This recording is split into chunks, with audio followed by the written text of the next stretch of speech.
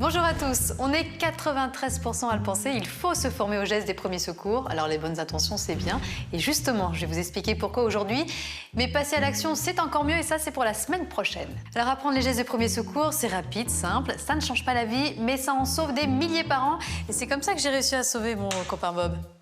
Ça va Bob ?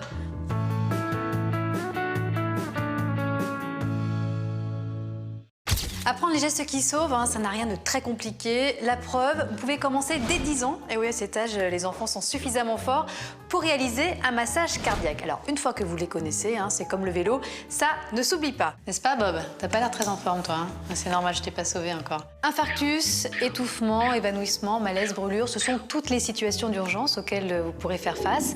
Surtout que les accidents peuvent arriver n'importe quand, le matin, le soir, et n'importe où, à la maison, au bureau, sur la route. Donc les gestes qui sauvent sont utiles tout le temps. Premier réflexe, si vous êtes devant une urgence, appelez le SAMU, vous faites le 15. Devant un accident, composez le 18 pour les pompiers et le 112 si vous êtes à l'étranger. Une fois que c'est fait, au boulot, c'est en attendant l'arrivée des secours que les gestes qui sauvent sont vraiment utiles. Par exemple, si vous intervenez dès le début et que vous êtes ensuite aidé par les secours, eh bien les chances de survie d'une victime d'un arrêt cardiaque augmentent de 20%. Pour vous former, il y a bien sûr la Croix-Rouge, les pompiers, la protection civile. Pas besoin de conditions physiques ni de qualifications particulières, n'importe qui peut le faire. La formation dure 10 heures seulement et coûte entre 40 et 60 euros selon l'organisme.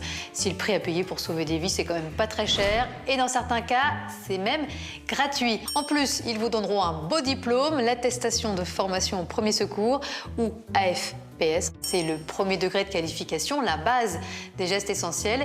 Et vous rejoindrez ainsi les 27 millions de Français déjà formés. Alors si c'est votre cas, n'hésitez pas à nous laisser un petit commentaire pour nous faire partager votre expérience. Bref, se former aux gestes de premier secours, c'est évidemment utile, mais aussi très gratifiant. Vous, messieurs, vous aurez l'impression d'être un super-héros sans avoir besoin de porter une culotte rouge sur une combinaison moulante en lycra bleu. Et pour vous, mesdames, ça nous fera un point commun avec Adriana Carambeu. C'est toujours ça de prix, et puis c'est bon pour le moral. Et à ce propos, dès la semaine prochaine, une formatrice de la Croix-Rouge vous montrera les gestes qui sauvent. Alors pour ne pas la rater, eh bien,